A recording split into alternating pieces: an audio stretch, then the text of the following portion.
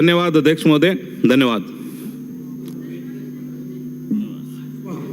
धन्यवाद अध्यक्ष महोदय कि आपने बिजली पर चर्चा में मेरे को सम्मिलित किया, बोलने का अवसर दिया। अभी लगातार बात चल रही थी कि आपने नहीं किया, आपने नहीं किया, और हम जो बैठे हैं वो चीज़ों को उस स्तर पर कर नहीं सकते। और हम सोचते हैं, हम सोचना चाहते हैं कि हमारे जो राजस्थान के 8 करोड़ लोग हैं वो बिजली पूरी पाएं, उनका अधिकार बनता है। आप देखिए कि 2013 में जब भाजपा की सरकार थी और लगातार विधायकों ने बात करी कि बिजली मिलती थी, 20-20 घंटे भी बिजली मिलती थी, 22 घंटे भी बिजली मिलती थी, तो मैं ये कहना चाहूंगी कि पिछली सरकार ने क्यों ऐसा इंफ्रास्ट्रक्चर डेवलप नहीं किया कि वो प्रोग्रेस जो हम बिजली में कर रहे थे वो लगातार जारी रहती। जारी होती तो आप याद करो और अपने दिल पर हाथ रख के कहो कि जब पिछली बार गर्मी का समय था तो आपके अधिकारी बिजली प्राप्त कर रहे थे, राहत कैंपों में बैठे, एसी में बैठे थे, लेकिन गरीब लोगों को, गांव के लोगों को उस समय भी बिजली नहीं मिल रही थी। आज जो परेशानियां हुई है इन 8 महीनों में, मैं ये कहना चाहती हूं कि बिजली की जो डिमांड और सप्लाई में जो गैप आया है, हमने क्यों नहीं सोचा कि वो गैप नहीं आए।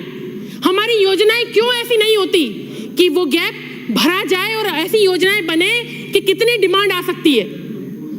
हम अदूरदर्शिता के कारण से क्यों पीछे रह जाते हैं।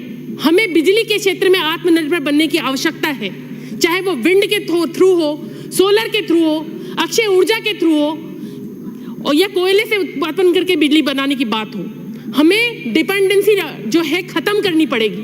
आज मैं पढ़ रही थी तो उधारी में बिजली लेते लेते लेते हम इतनी उधारी में हो गए कि जब हमें आवश्यकता होती है तब हमें लौटानी पड़ती है। तो ऐसा क्यों होता है, ये सोचने का विषय हम सब लोगों के लिए है।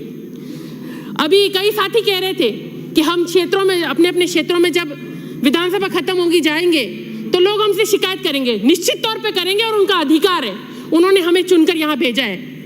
लेकिन हम इन परिस्थितियों से निपटने के लिए एक दूसरे पर आरोप प्रत्यारोप करते रहेंगे तो समस्या का समाधान नहीं होगा।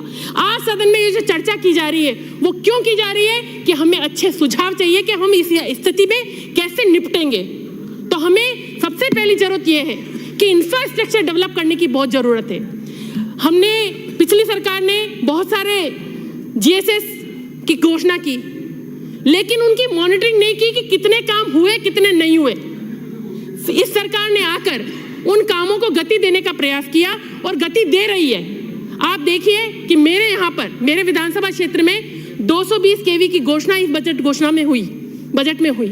मैं बहुत बहुत धन्यवाद दूंगी मुख्यमंत्री जी का और आदरणीय ऊर्जा मंत्री जी का कि उन्होंने ये घोषणा की।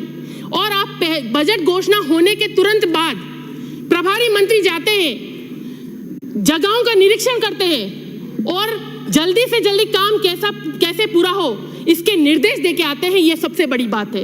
अगर आपने ये कर लिया होता तो ये परिस्थिति हमें फेस नहीं करनी पड़ती। साथ ही मैं ये कहूंगी कि मेरे क्षेत्र में बहुत पहाड़ी इलाका भी बहुत सारा है। आए दिन फॉल्ट होते हैं कि पहाड़ी से लाइनें जा रही हैं, तो अंडरग्राउंड लाइन दी जाए और व्यवस्थाओं को सुधारने के लिए जो छोटे GSS है उनकी एक